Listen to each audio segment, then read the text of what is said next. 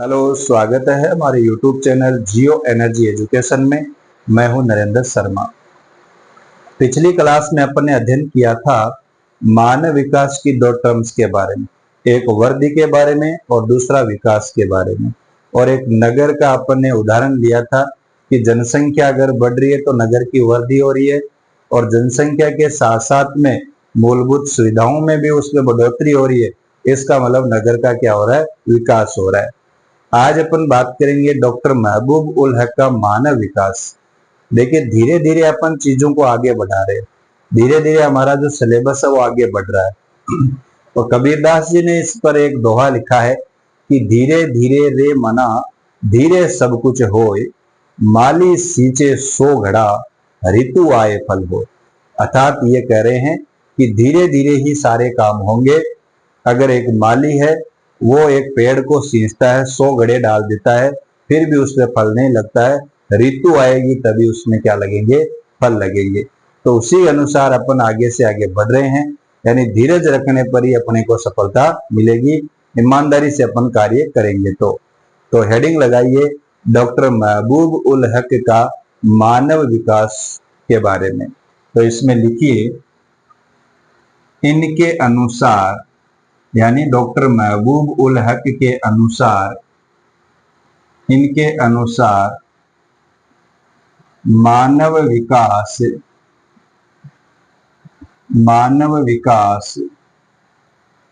लोगों के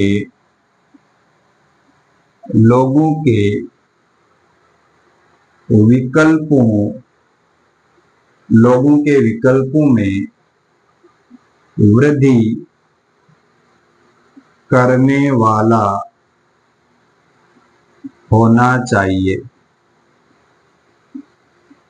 करने वाला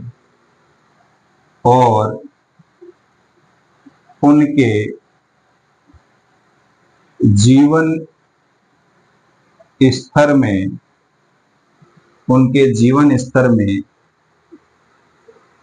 सुधार करने वाला होना चाहिए।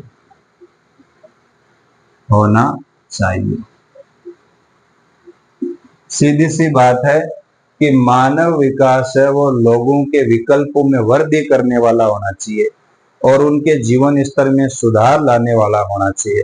आगे इसमें स्टार बना के लिखिए, मानव विकास का मूल उद्देश्य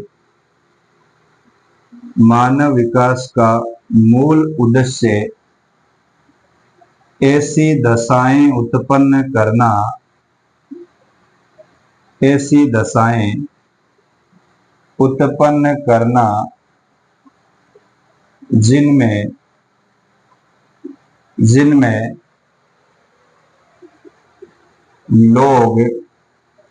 जिनमें लोग सार्थक जीवन जी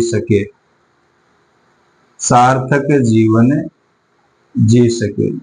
मूल उद्देश्य क्या है कि ऐसी दशाएं उत्पन्न करना जिनमें लोग सार्थक जीवन जी सके। आगे इसमें लिखिए,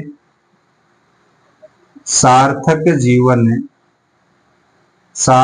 जीवन तभी जी सकते हैं जब उनके पास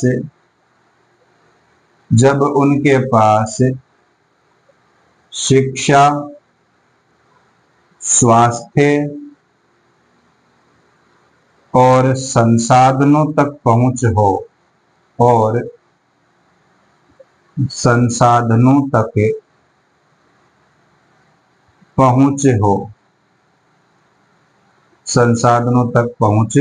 हो। यानी ऐसी दशाएं उत्पन्न करना जिनमें लोग सार्थक जीवन जी सके, और सार्थक जीवन तभी जी सकते हैं जब उनके पास तीनों चीजें होनी चाहिए, शिक्षा, स्वास्थ्य और संसाधनों तक पहुंच। आगे इसमें लिखिए, मानव विकास में मानव विकास में शिक्षा, स्वास्थ्य और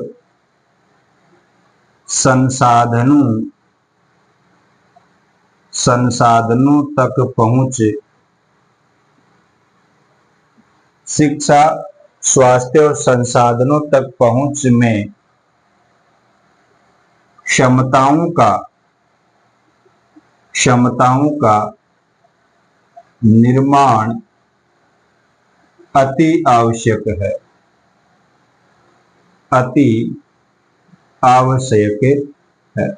यानी शिक्षा, स्वास्थ्य और संसाधनों तक पहुंच गए, लेकिन उसकी क्षमता होनी चाहिए, कैपेसिटी होनी चाहिए। तो क्षमताओं का निर्माण अति आवश्यक है। आगे इसमें लिखेंगे, लिखिए। तो ये महबूब उल हक का मानव विकास सूचकांक है। इसमें अपन आगे लिखेंगे क्षमताओं तक क्या होना चाहिए, उसमें क्षमताओं का निर्माण होना चाहिए या क्षमता होनी चाहिए। आगे लिखिए इसमें, अगर क्षमताओं का निर्माण नहीं हो रहा है तो उनके का मतलब लोगों के, उनके विकल्प भी सीमित हो जाएंगे। विकल्प भी क्या हो जाएंगे? सीमित हो जाएंगे। सीधी सी कहानी है, शिक्षा, स्वास्थ्य और संसाधनों तक पहुंच होनी चाहिए। पहली बात तो ये महबूब उल हक साहब कह रहे हैं। दूसरी बात ये कह रहे हैं कि शिक्षा, स्वास्थ्य और संसाधनों तक पहुंच तभी होगी जब वो क्षमताओं का निर्माण करे, कैपेसिटी उनमें होनी चाहिए। अगर वो नहीं हुई तो उनके विकल्प क्या हो जाएंगे? सीमित हो जाएंगे। उदाहरण से समझिए आप। उदाहरण क्या है? एक अशिक्षित बच्चा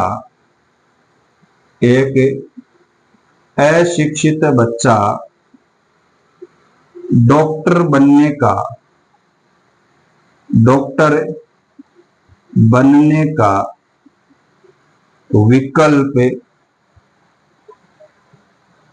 नहीं चुन सकता, विकल्प नहीं चुन सकता।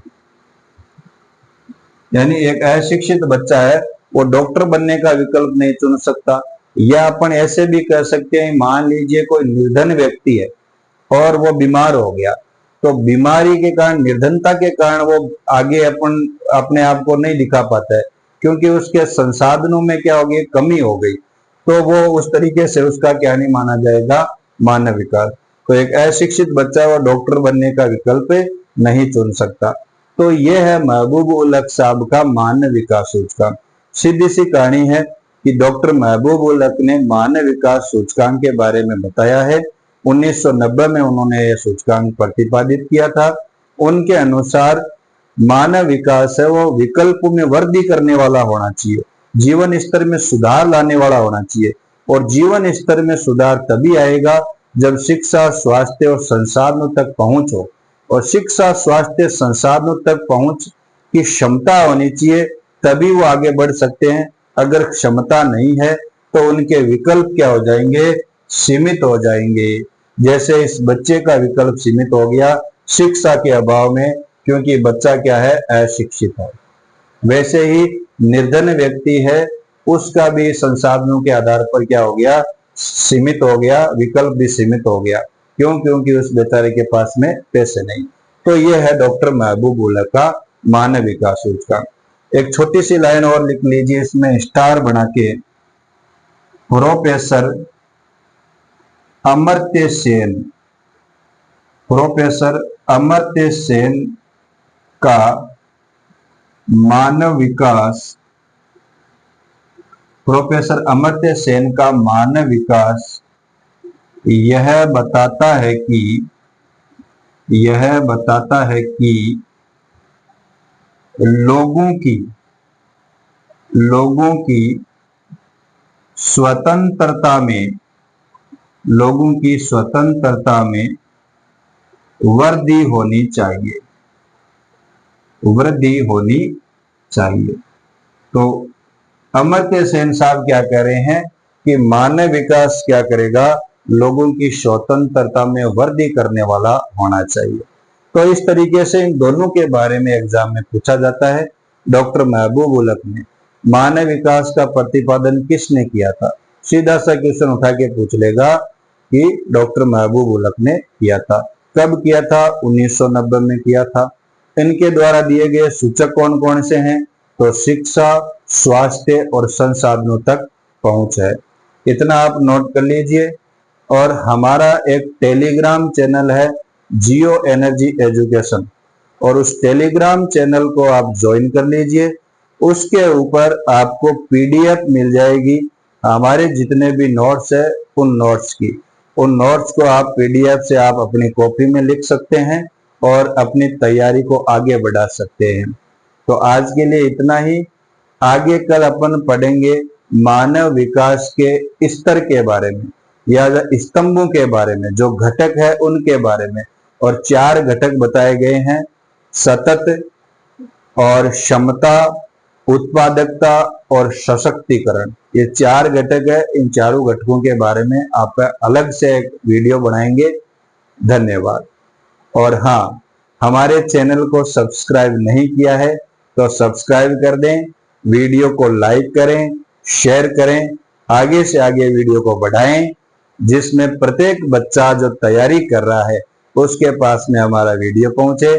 टेलीग्राम ज्वाइन करना नहीं भूलें। धन्यवाद।